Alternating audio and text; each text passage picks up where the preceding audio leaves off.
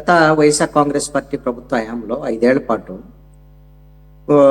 Kakinada port నుంచి ఇక్కడ 2 తెలుగు రాష్ట్రాలకు సంబంధించినటువంటిది మొత్తం ప్రజా రవాణా వ్యవస్థలు అంటే ప్రజలకు ఏదైతే చౌక ధరల దుకాణాల నుంచి అందించేటువంటి బియ్యం ఉన్నాయో అవి మొత్తాన్ని కూడా దాన్ని రీసైకిల్ చేసి దాన్ని ఆఫ్రికా వంటి కొన్ని దేశాలకి సరఫరా చేస్తున్నారు. అది కూడా కాకినాడ పోర్ట్ కేంద్రంగా జరుగుతుంది.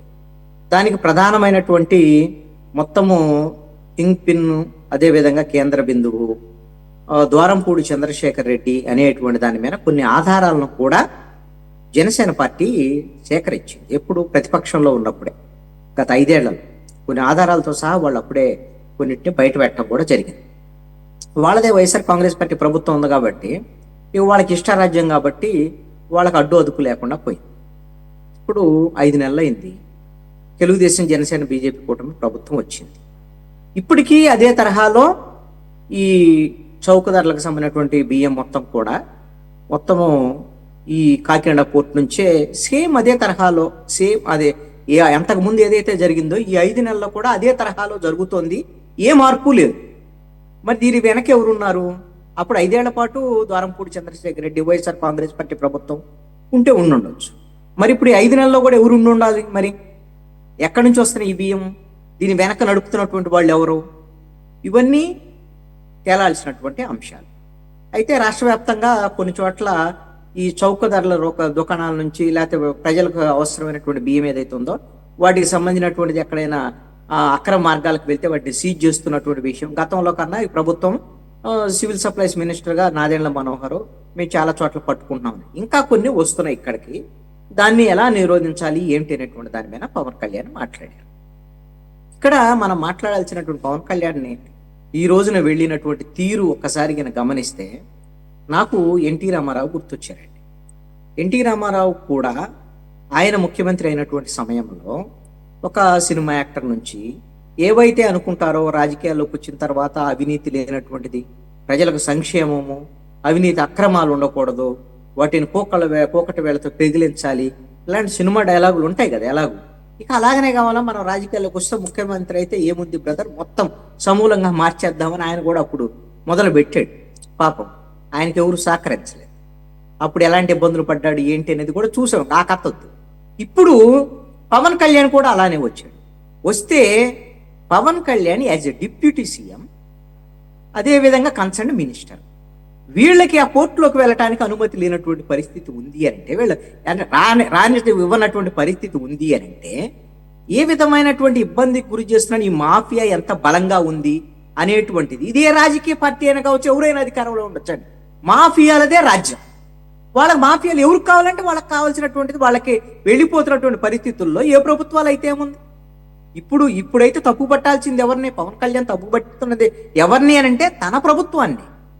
No doubt. ఎందుకు తప్పు పడుతున్నాడు? తన ప్రభుత్వాన్ని తను తప్పు పట్టి ఎందుకు అబాస్ పాలు కావాలని ఆలోచించడం కాదు.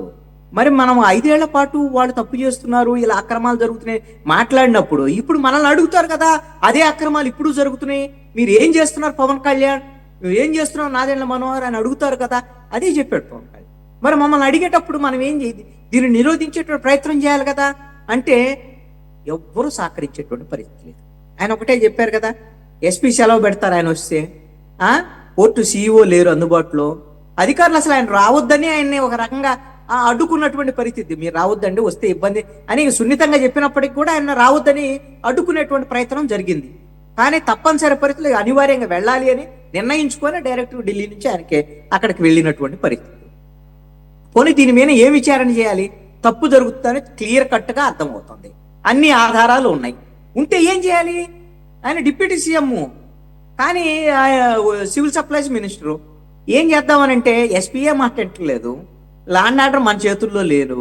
ఇప్పుడు హోంశాఖకు సంబంధించినటువంటి వాళ్ళతో మాట్లాడాలి. ముఖ్యమంత్రి దగ్గర లా అండ్ ఆర్డర్ ఉంది, ముఖ్యమంత్రితో మాట్లాడాలి. ఇది సిఐడి విచారణ చేయాలా లేకపోతే సిబిఐ విచారణ చేయాలా? అసలు ఈ విచారణకు ప్రభుత్వం అంగీకరిస్తా లేదా? కేంద్ర ప్రభుత్వ పరిస్థితి ఏంటి? ఇవన్నిటి మీద $1 మిలియన్ ప్రశ్నలు ఆయన ముందున్నాయి, పవన్ కళ్యాణ్ ముందున్నాయి. అవేం దాచిపెట్టుకోలేదు ఆయన, అవన్నిటిని బహిర్గతపరిచాడు. ఇది ఒకటండి. పవన్ కళ్యాణ్ నా అబ్జర్వేషన్ ఏమిటి అని అంటే, ఆయన ఏదైతే ప్రజలకు సంబంధించినటువంటి విషయంలో అవినీతి, అక్రమాలు, కుంభకోణాలు జరగకూడదు, ప్రజలకు మేలు జరగాలని తను భావించేటువంటి విషయాలు ఉన్నాయో, తను డిప్యూటీ సీఎంగా అవి చెయ్యలేకపోతే తాను ఈ పదవిలో ఉండటం కూడా ఈ ఉపయోగం లేనటువంటి విషయం అని ఆ మాటలు అనకపోయినప్పటికీ కూడా దాన్ని బహిరంగపరిచారు. మా ప్రభుత్వం అయినా సరే మేము కఠినంగా వ్యవహరించేటువంటి విషయంలో ఉంటామనేటువంటిది ఒక ఇది ఇచ్చారు బయటికి, మీడియాకు అదే చెప్పారు, బహిరంగపరిచారు. అధికారులు సహకరించట్లేదు, ప్రభుత్వం కూడా సహకరించట్లేదు. ప్రభుత్వంలో ఉండేటువంటి వాళ్ళ సహకారం లేకుండా కోర్టు నిర్వహణ సంబంధించినటువంటి వ్యవహారాలు ఇవన్నీ ఆంధ్రప్రదేశ్ ప్రభుత్వ పరిధిలో ఉండేటువంటి అంశాలే. దానికి సంబంధించినటువంటి ఆ విషయాల మీద కూడా క్లారిటీ ఇచ్చారు పవన్ కళ్యాణ్. అలాంటప్పుడు 5 నెలల నుంచి 5 ఏళ్లలో జరిగినట్టే వీళ్ళను జరుగుతున్నాయనంటే అందరూ కూడా తలా పాపం తెలా పిడికడ అని అంటారు. కృష్ణ జరుగుతుంది.